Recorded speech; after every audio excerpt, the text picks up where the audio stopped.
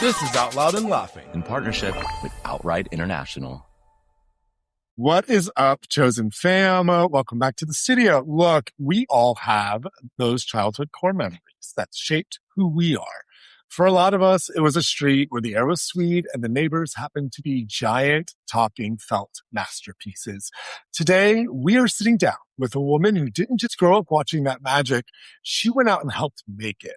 She's an Emmy-nominated producer, a legendary Muppet coordinator, a genius digital creator who's capturing the absolute chaos of Gen X existentialist crisis on TikTok, and an activist who's out, proud, and fighting for queer visibility on a global scale. Chosen fam, please put your mitts together for the incredible, the brilliant Jen Capra. Hey, Jen. Hey, how's everybody doing? Living the dream. Good. Yes, Jen, we are so incredibly thrilled to have you on the pod. But before we get into the Muppets of it all and the TikTok viral fame, we just want to hang out for a second because our Chosen fam is meeting you for the first time probably, right? So we know you're a proud New Yorker, living the NYC life, but take us back to early Jen. Where did you grow up? What was the vibe of young Jen before entertainment world came calling? Sure. Baby Jen was growing up a weird little hyperlexic poor kid in Boston. Of course, being raised partially by Sesame Street. So it felt like destiny that I was heading in this direction. Learning my letters and numbers and words from these Muppets and just being completely taken with them and fascinated by them from a very young age.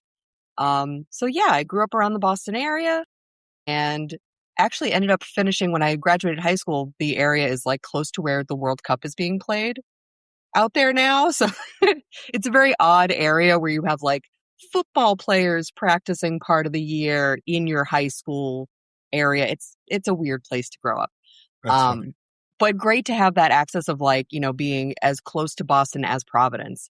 And in the 90s, as some of us of a certain age remember, we had access to clubs that perhaps they should not have been allowing, but it was like 16 and up, which meant 16-year-olds, but like also grown, like college age people. I don't know. So we danced a lot. We spent a lot of time between those spots in Boston and Providence, getting into trouble and, going on adventures. That's, that's the PG version of that. And then I ended up moving to New York City when I was 19, with my girlfriend at the time. And we had an apartment way uptown. We lived in Washington Heights. And a fun thing that I've pieced together now is that we were there for the blackout summer that In the Heights is written about. And again, piecing it all together, Lin-Manuel Miranda wrote that blocks from where we lived because he also lived in the neighborhood, obviously, and he was home from college. And she and I were just a couple of ragtag kids moving to the city and getting a job and whatever. But we were there for that blackout.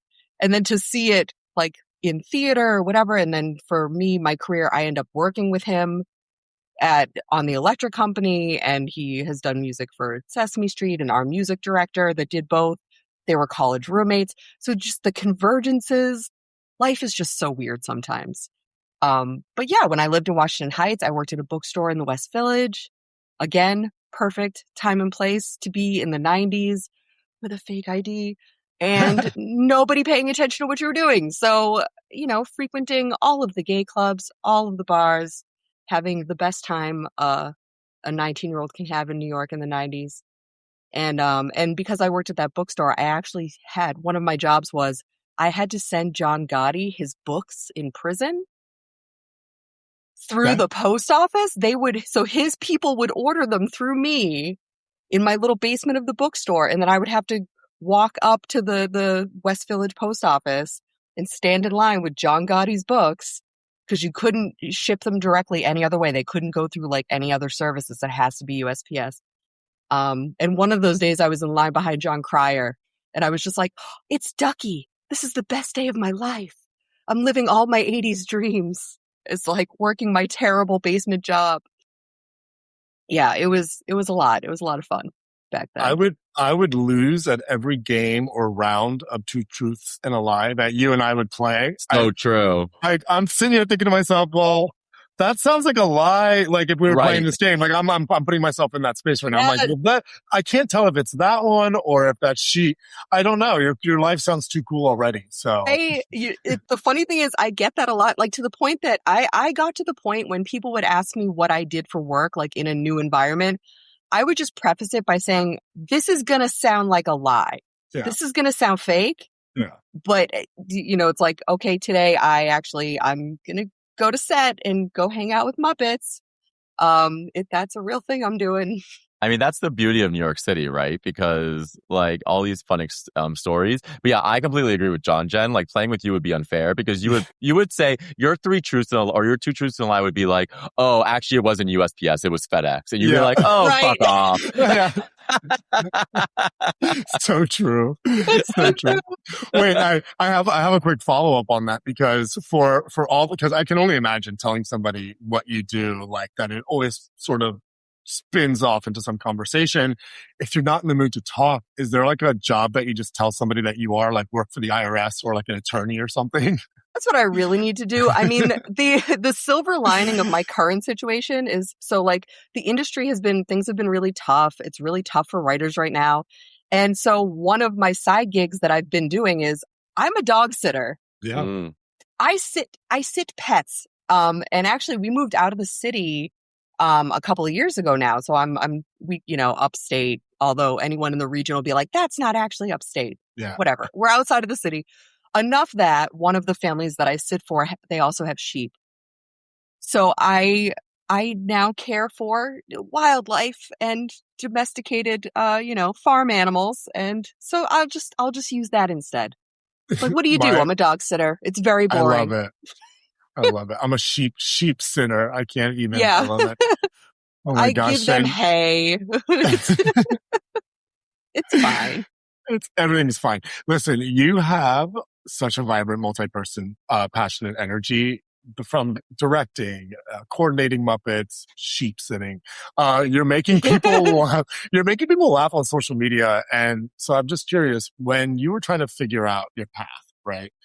Boston to New York, New York to wherever, did you always know you wanted to be in television? Was entertainment sort of natural to you? Or did you have a wild alternative universe in your head? Were you thinking like corporate accountant? I mean, any of the other 2 truths and a lie that you want to throw in there? Correct. I mean, literally. As my high school math teacher floats into the ether hearing this, like, yeah, no, girl. So great. So great. No, like for me, I was always that like so I'm an only child and an introvert who grew up a latchkey kid. So like being solitary is my default setting. I do very well in a quiet environment. Lockdown, heaven. Yeah. You couldn't have told me anything. I was living my best life. I went outside to walk the dog. That was it. And like you would see other dog people across the park and like wave. Yeah. Perfect. Yeah. So for me, yeah, I was living my best life. And when I was a kid, I would like sit with my mom's typewriter and like make up newspapers and just write stories and fill books. I always knew I wanted to be a writer. And I never really thought about it. It's like one of those things, like you realize as you get older, like, oh, right, everything around you involved humans. It was a job for somebody. Everybody does something. You watch TV, people make that. Like you watch movies, people made those. That's just people. And so along the way, it was like, oh, that's a job that I could do, I guess. Like that's wild. I was just thinking like very literally writing pen to paper. Like but then what do you do with it? So when I ended up finishing college out on the West Coast in Olympia, Washington, which also, to add to the 2 truths and a lie game, Kurt Cobain's sister was my bartender. She's fantastic. And then one day when I had moved back to New York City, I ran into her in front of Henrietta Hudson's in line trying to get in. And she was like, come with me.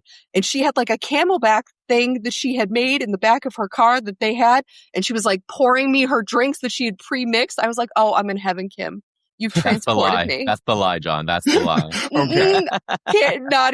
The lie would be like what was in the pouch. Was right. She was it a wearing Cape yellow. Codder?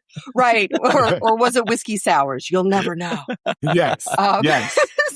Yes. So I went to school out there. And then after graduation, I was like, I'm done. West Coast, is not my vibe. I'm a very direct person. I need to be around my people so that everyone doesn't take my directness as aggression, where it's like, if I were being aggressive, you would know. Yeah. Like I would just tell you if I didn't like you, you know, but that the culture is different. So I was very much ready to come home.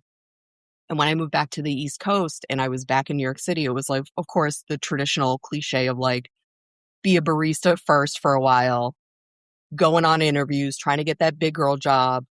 And one of the first like serious jobs I got, I was a personal assistant to a woman who worked in children's entertainment, like in a company that like controls properties.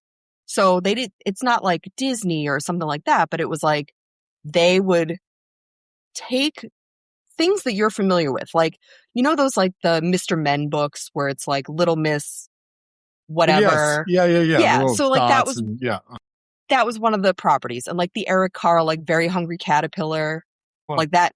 So they worked with his estate. And so like they would work with different companies to then be like, oh, well, can we make this an animation? Can we make this a show? Can we do more books? And so I worked for that woman. And that was really like my way into children's media in that way. And so I was like running her life, basically doing like the Devil Wears Prada assistant job. And through that, I met some really amazing script people, writers that I didn't realize until like 10 years later, like, oh, you were a writer on this thing. And now we write together. That's crazy. Like, I didn't even clock that was the same person because we never saw each other face to face, you know? But that was a good introduction into the script world. Whereas like I'm classically trained. I'm a nerd. I was writing like historical fiction, doing deep dives and deep research and, you know, working with these mentors and professors that were like nominated for these insane awards. And so coming from that very high-minded ivory tower academia, you know, and like in my heart, I'm like, yeah, I'm a poor kid from Boston, but I'm still from Boston. You know, like that academia is like so ingrained in you that like, yes, you know, it's like that, it's part of the culture that everyone has an expansive vocabulary. Like even the guy breaking rocks down in the quarry can pull out a 50-cent word, drop of a hat. Like you're entrenched in it growing up there. And so it was just that adjustment of like, oh, TVs and scripts and this other type of writing may be a path. Like this may be something that you are good at. It may be something you enjoy. Like, so step one, learn how it works. You know, see how the sausage is made, help organize the things, see how the bits and pieces move. And then the whole time trying to kind of wrangle my way up that ladder of like, you know, here's your coffee. By the way, I'm a writer. You know, I took notes in the meeting. By the way, I have a script. Yeah. You know, and starting that hustle kind of as soon as possible. And the great thing was that allowed me to meet people who, you know, if they see that you're competent and they see that you're smart and they see that you know how to do stuff, they want to bring you on other jobs. You know, so I start out as this assistant, and then a woman that I met on that job was like, look, this job is not a good time. Like it's killing you. You know, you have to be awake for all time zones all the time. Is the pay really worth it? Because what I think you should do is come with me and go over to this kids puppet show that I work on called Johnny and the Sprites for Disney. And it's awesome. And the people are awesome. And I can get you in like entry level. And I did it, like leap of faith. I was like, I'll take the pay cut, no insurance. I ain't got no kids. Like, okay, like let's do this. And so I went in as a PA on that show. And that's where I met, you know, John Tartaglia, who it was so funny. Like for part of it, I was his assistant for part of it. And I was a PA for part of it. And I wore a lot of hats on that. But he and I are the same age. So it was like this kind of sibling relationship of me having to wrangle him as his assistant, but also being like able to yell at him and be like, you need to get up when your alarm goes off, sir. Did you walk the dog yet? That's you so know? funny. Yeah. And really like having that amazing introduction to the puppet world and realizing that, oh, that show shares a bunch of its puppeteers with Sesame Street that shoots in the same studio right down the hall. We also share the same crew. so it was all this overlap of people that I got to meet, Mm-hmm. a decade before I was ever on set with them at Sesame Street. It was amazing. Wow. It was a very What a great story. circuitous route. Yeah, and we're gonna get into the Sesame Street of it all, Jen. But for our listeners, we actually got to first cross paths with you recently, though. We want to we know Jen a little bit, guys. We met her at Outright International Gala, which was such an incredible night. We talked about it. The theme this year was everyone, everywhere, which was beautiful actually because it comes at a pretty, I don't know, heavy time. We talked about it briefly at the gala with so much money being stripped away from global LGBT, IQ movements, and the frontline organizations are literally all at risk. And Outright did so well that night monetarily. I feel like the energy in that room gives me like, I don't know, hope. Yes. But obviously in talking to you, it made John and I think about the word courage, right? So, not we want to get into the Sesame Street of it all, but you are a queer woman, right? So like that also adds more complexity in any sort of job and career that John and I also experience. So what does courage look for you right now, like as queer people, as we present ourselves in the world? Yeah, I think we talked about a little bit about this when we first met at the gala. It's like, it sounds so simple and it sounds almost trite, but at a time like this, when the stakes just keep heightening and the danger keeps ratcheting up and rights are getting stripped away, sometimes the bravest thing we can do is just exist.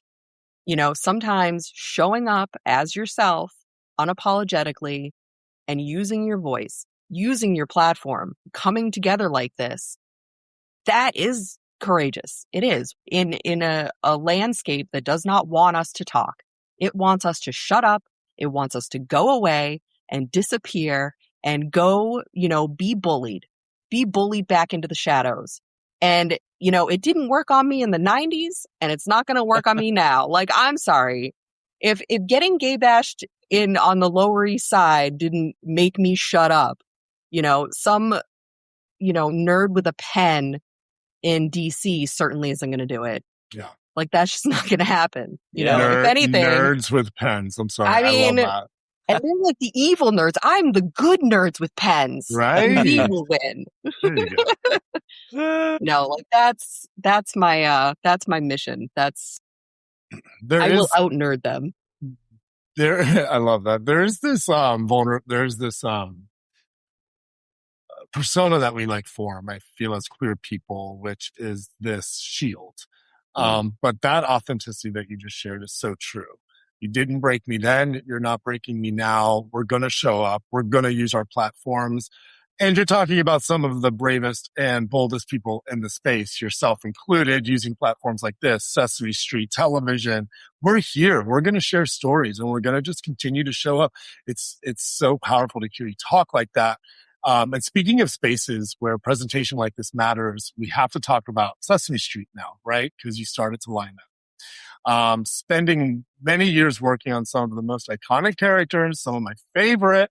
I have to ask, for a lot of queer kids growing up, creating these safe havens, what are some of your hopes for the future with children programming? It seems like it's either being attacked right now, or some of the storylines are just false narratives to some degree about how gay people and children show up in the same sort of narrative. Can you help shine some light, some perspective on that for us as well? Sure. I think for me, one of the most important things is that I know that a lot of my colleagues, a lot of people in the industry are feeling hamstrung. A lot of them have lost their funding. They've lost their resources. Projects have gotten shelved. Hopefully not forever. Hopefully those things come back. We do have a lot of champions. We have a lot of people in our corner. Because outside of Sesame Street, I have a lot of colleagues that work on other projects for PBS. And PBS is such a bastion for, true education, true information. It's not just cotton candy entertainment like what you see on networks, which serves its purpose. And that's great. I mean, who doesn't love entertainment? I'm binging shows left and right. Doesn't always have to be, the vegetables of the meal. Right. That's funny. But sometimes, you need to have a place you can go where what you're getting into, and you know you can rely on it to do the heavy lifting and to take on the hard topics. And it's been really wonderful. Like, I know Sesame Street has done specifically a very good job with like initiatives like Sesame Street in communities, which if you go to their website, you go to the Sesame Workshop website, you can access all of these resources for families, for teachers, for parents, for kids to address even harder topics than what you'll see on the show.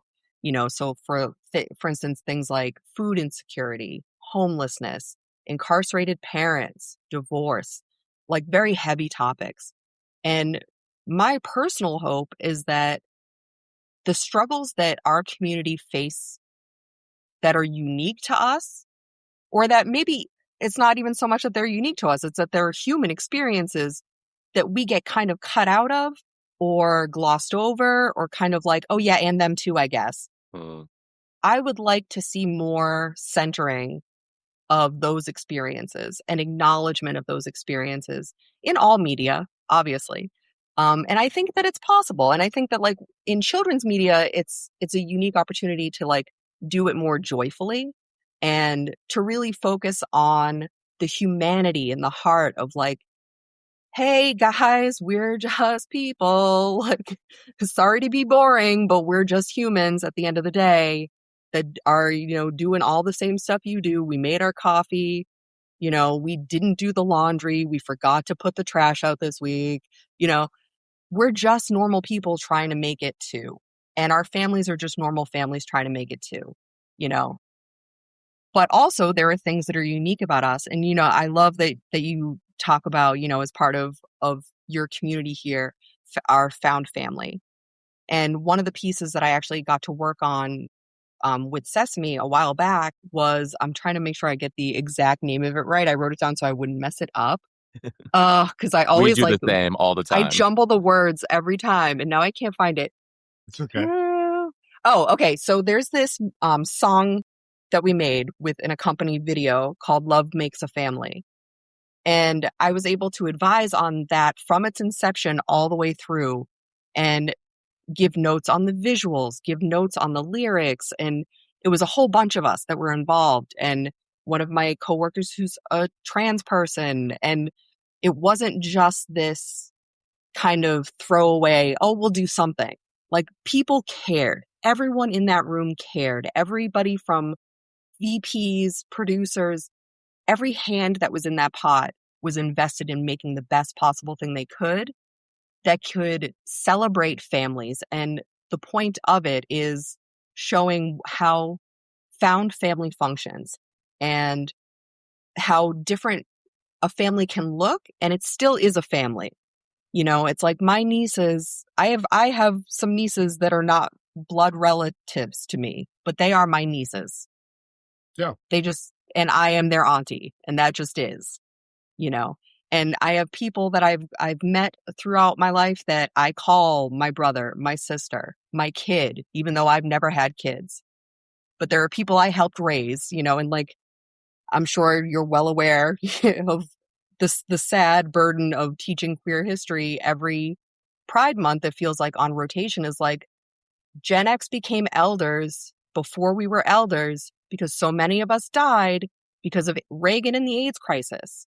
So you have a bunch of aunties and grandmas that are still young because we lost so many people and we were already a tiny generation, you know? And so to be able to highlight our place in this beautiful family that we do have is so important, and finding joy in that and not just the sadness in our remembrance, not just, you know, like that heart pulling on those heartstrings when we think of the people we've lost and we think back to like what the clubs looked like in the 90s and then how it changed by the end of the 90s. Like that, if you were there and you lived through it and you saw it happen, you have this unique perspective that you could give into despair or you can let it propel you into joy.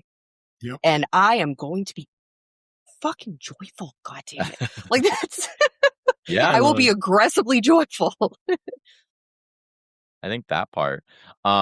It's so beautifully said. I always say you can all cut us open and we all bleed bread. Like we're all human, no matter who you're going to bed with. So I don't know why it's such a big deal, but Exactly. everything you said is true, and we just need to keep fighting. So well said. But Jen, we need the gossip too. Yeah. Like a peek behind the curtain. What was like an absolute most chaotic, fun memory working on the Muppets on Sesame Street? Give us a little tea. Okay. There are so many. I'm sure. What's living rent free in your mind? Yes. Okay. So I tried to like whittle down some of like my magic moments to be like, okay, what's the vibe? What flavor of magic are we going with? Okay. So I have a couple of very, like, I have a cute, and then I have like a high intensity day. Like, done. Give us both. Okay. So high intensity day that was like the most fun, the most chaotic was one of the times that I was fortunate, and I was fortunate enough that I was there for more than one time of this. But when Michelle Obama and Dr. Jill came to visit, and when the first lady and the second lady go anywhere, it is a production. I bet. So the lead up to it, you've got the Secret Service is running background checks on everyone. Everyone has to have, like, at the studio, especially at Sesame, like, it very much kind of feels like a second home. So everyone's very relaxed. Not when they're there. You got to wear your identification. It has to be clear. Everyone needs to know what their jobs are. Like, no messing around. No just hanging out on set. None of that. Yeah. So where my office was in the studio at this point, her was office, like, guys. She dropped that. Yeah. Just saying. A boss. So it had wind. It was like, it was weird. It was like an internal room in the studio is like this maze that was built 100 years ago. It's a lot. But I had windows looking down over this other stage and other production, like construction area, and it has doors that open out to the street. So normally there would be another show down there, carpenters, builders, whatever, doing their thing. At this point, it was vacant. So when the first lady and second lady come, their entire motorcade pulled into that area. And we're just up in the office like, okay, we probably shouldn't peek out there because a sniper's going to like take us out or something because they don't realize there's a window here. And it's like, we're like holding up Muppets. Like we belong here. Here's Elmo. And so they all pull in, they all come in, they set up, everyone says hello, whatever, everything's fine. I'm sitting there, I'm at my post in case any changes come through, you got to be ready to move. I get script changes and we only have them for a very limited window of time. It's not like there's flexibility like on a normal day. So I do the changes, get them out, and normally you would just have like a PA or somebody physically run something like that to the set. You can't today because of Secret Service. Only people that have been cleared are allowed in certain areas. And it's this guy. So I'm like, okay, I got my badge. I got the pages. I got everything. And I take off running. Get to the elevator. Get upstairs. And there's this long hallway. And at the end of it is the little door I need to take to get into the back of the set. So you don't just like burst into a scene or, because the big doors are closed. It's a little back room.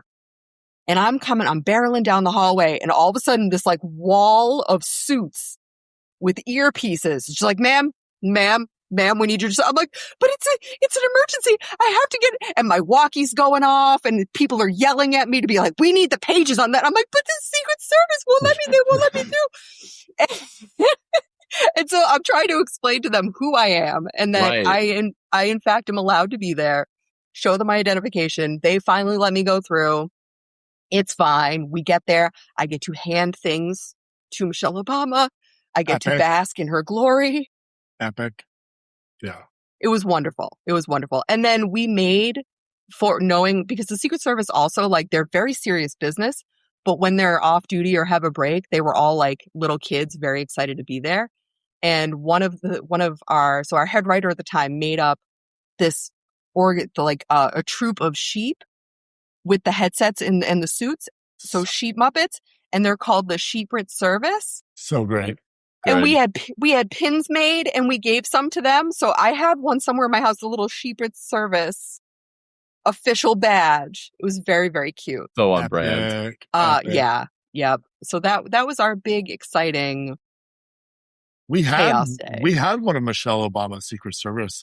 We did actually. Corey Allen was on our podcast. Yeah. So wonder if he was there that day. Cool. I know. Oh, John magic. and I are creating 6 degrees of Kevin Bacon, and we're Kevin Bacon. Yes. I love it. That's the funny. Network. Okay. Now, what's the, that's amazing. I love Sheeprit Service. And now I will have to hear the other one because if it was as good as that one, then I'm in.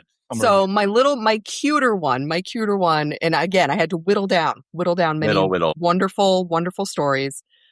So you may or may not have seen when he visited recently and they brought out a picture and everything. So Michael B. Jordan grew up on Sesame Street because his brother was a regular.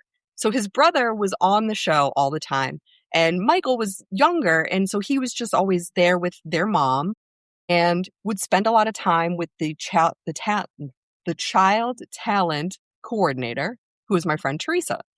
And so they would all be together all the time. He was there constantly, just like, fixture, sweet kid, hanging out with the other child actors that would come in for like a day or whatever. And so at one point, little baby Michael B. Jordan wrote a love letter to Teresa. I was like, girl, if you still had that, are you kidding me? The so cute, sweetest. And he was just, of course, as cute as can be. Yeah. And then he recently came back to visit as adult, Oscar Michael B. Jordan. And they had found a photo of him on one of the times where he actually sat in on set on camera with the other kids. And you could see it's just, it was precious. So that's our cute story. I was not there yet for baby Michael B. Jordan, but I was there for adult grown-up Michael B. Jordan. I love it. I'm picturing like Muppet Babies versus Muppets, Right? Oh, such a good show. Cute. Yeah. Well, Jen, we have loved doing the deep dive with you, but as you know, we have our tradition, this or that. So we are going to switch gears and play our game, but we're calling this one, This or That, the 2 Truths and a Lie edition. Yay! It's time for another round of This or That, the unhinged get-to-know-you game. So no overthinking, just the first thing that hits your spirit. I am first. Okay. Do you prefer a glitzy charity gala or a gritty dive bar with friends? Dive bar with friends. Yeah. Same. I like the gala. We had a great time, but it's just, it's a lot of work. It's a lot of work. It's a lot of, there's foundational garments involved. Come on. John loved your dress, Jen. He has talked about that. He's talked about the dress more than you. Oh, I've talked about both, but I was trying to tell Brian that is chartreuse. I was like, that is true chartreuse. Like nobody knows. I'm glad you see. Thank you. You're welcome. I was so excited about my chartreuse. It was beautiful. It was like chartreuse brocade. Was that a brocade dress? No, it was like, there was like a mesh overlay, but the way that it was done, it gave it that texture on the top. It was awesome. Nice. Yeah. John loved it. Now, I didn't get to look, but were you wearing heels or sneakers underneath? And do you prefer to wear heels or sneakers? Twist. I was wearing glittery, sparkly Doc Martens. Oh, you know what? That's right. I do remember this because we commented on them. Yes. Oh, of course you are. You know what? I'm 48 years old. I'm not wearing heels. I'm retired. I'm retired from heels. Same. When I went to the Emmys, I wore, so the Emmys were it was a two different night event. And then the night number 1, I had committed because the heels I got were real cute and went with the dress situation. And then the second night I was like, nah, man. And I wore, not worth it. I wore Docs, and luckily it was a floor length mermaid situation. Nobody knew. What do they know? Who's going to know? Yeah. Nobody cares. Okay, putting your Sesame Street hat on, would you rather be trapped in an elevator with Bert and Ernie or a 14-hour road trip with Grover? God. Oh, that's tough. That's tough. Oh, no. Okay, I gotta go elevator. I gotta go elevator. Because those are my boys. I feel like we would like find a groove. Bert and I could team up to be like, Ernie, you need to relax. Yeah. But if I'm trapped for 14 hours with Grover, I'm probably going to lose my mind. I True. love him. But that's 14-hour road It's a trip. long drive. You got to love that person. I feel like Rover is the reason why Adderall exists. Yeah. My boy's got a lot of energy. He really does. Keeping up with the Sesame Street energy, would you rather live in Oscar the Grouch's trash can, of course, rent-free in New York City, or share a studio apartment with the Count? Oscar Mm, all okay. day. And part of the reason is my own lore. So years ago, I pitched a Oscar show to the show. It was part of this like internal contest that they were doing, and I ended up winning the contest. They loved my idea. They did not make it be a show, unfortunately. But my whole thing is like, I've always been obsessed with Oscar ever since I was a little kid. Like, because he's kind of a grouch, and again, from Boston. Yep. And Gen X, which I feel like he is just, he's kind of our patron saint. But in my imagination, and backed up by some of the show lore, his can is like a TARDIS. Like, it is a bottomless, it is limitless. There's an elephant named Fluffy that lives down there. There's a swimming pool. Like, we know certain things. But in my imagination, I had developed this entire world down there, this entire mansion with all these crazy things. And so I would find my own library. I had designed like one area that had like a solarium that had, light from, those glass bricks in the sidewalk that you see around the city. It was under one of those. So great light and growing all kinds of stuff. Come on. You can't do better than that. Oh my gosh. It's like the modern day Mary Poppins bag. Oscar the Grouch's trash can. Exactly. There's something for everyone. I agree. Okay. Yeah. Do you prefer radical, blunt honesty or polite little white lie? What do you think? I don't know. I go back and forth on this one, to be honest. I am blunt, Option but A. For me, it depends on the person, I think. Oh, yeah. See, for me, I only have one setting, unfortunately. And it's the first one. And also, even if I try the second one, my face gives me away because I refuse. I need to be able to emote, so I'll never do like Botox. No shade to anyone that does. Yeah. Love y'all. We're not there yet. But I need to be able to judge. I want people to know. So even if I'm silent, my face is speaking. Yeah. Which has gotten me in trouble many times. Same. Okay, it's a Jen. problem. It's a problem. Okay, well, this is the last one. I think you'll be able to bring it home. I'm actually really curious to hear what you have to say about this. Would you rather be remembered for the incredible art you made or how deeply you loved your community? You're welcome. Yeah. Okay. You're going to hate me. Hate me. Never. Because it's a trick answer. Because it's both. It's this and that. That's okay. We know. We get that. It's both because the art that I make is my homage to the love that I have in my community, and one cannot exist without the other. And that love of my community is what feeds the drive to feel like I need to make something that anyone ever sees. Because otherwise I would just do it for myself and feel perfectly fine and, have a desk job or garden all day, whatever. I would never put anything out because I wouldn't have a mission. I wouldn't have a calling. I wouldn't have this like drive to like, I have something to say and I have to say it for this group of people and you will listen to me. Yeah. So that is my answer. Well put and perfect. She's a boss, folks. Don't put her in a corner. Nope. She will get out of it. Jen, you passed with flying colors, and we knew this already, but you are an absolute joy. So thank you for being such a bright light, making us laugh, and for being now part of our chosen family. Yay! Yeah. Seriously, you're incredible. Where can our listeners go follow your TikTok and read your lore, keep up with everything you're directing and creating? Sure. So my TikTok, you can find me by my first name, which is very convenient. So if you look up Jen Capra anywhere on the internet, I have my own website, jencapra.com, which is a good landing spot for all the links to all the things. But you can find me on TikTok. That's where most of my content really lives. Though I have been enjoying Threads a great deal. It's kind of like a little it is very much a Kiki situation. And I'm into that right now. And then I am also, this, I don't know when it'll come out, but I'm writing a book that is so it has a queer teenager hero, and the story does not revolve around tragedy happening to queer people. Oh, imagine that.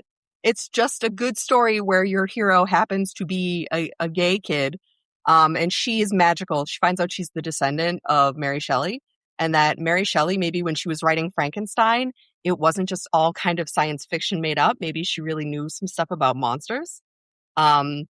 Cute. Who knows? Love. Yeah. So basically it's like, Buffy the Vampire Slayer, a little bit of Widow's Bay situation. We love to see it. So I'm going to get it finished, and then my editor can have it, and then hopefully the world can have it. And I'm very excited about it. And you will come back on and talk about it. So Oh, we are hell excited yeah. for that. Well, Chosen fam, make sure you follow Jen immediately. We love her. Now you guys all love her. Thank you for tuning in today. Remember to stay authentic, stay loud, and keep laughing. This was Out Loud and Laughing. We're available everywhere you get your podcasts. Spotify, Apple, YouTube, iHeart, or wherever. And now stick around to watch the highlight reel from Outright International's 2026 Celebration of Courage Awards Gala.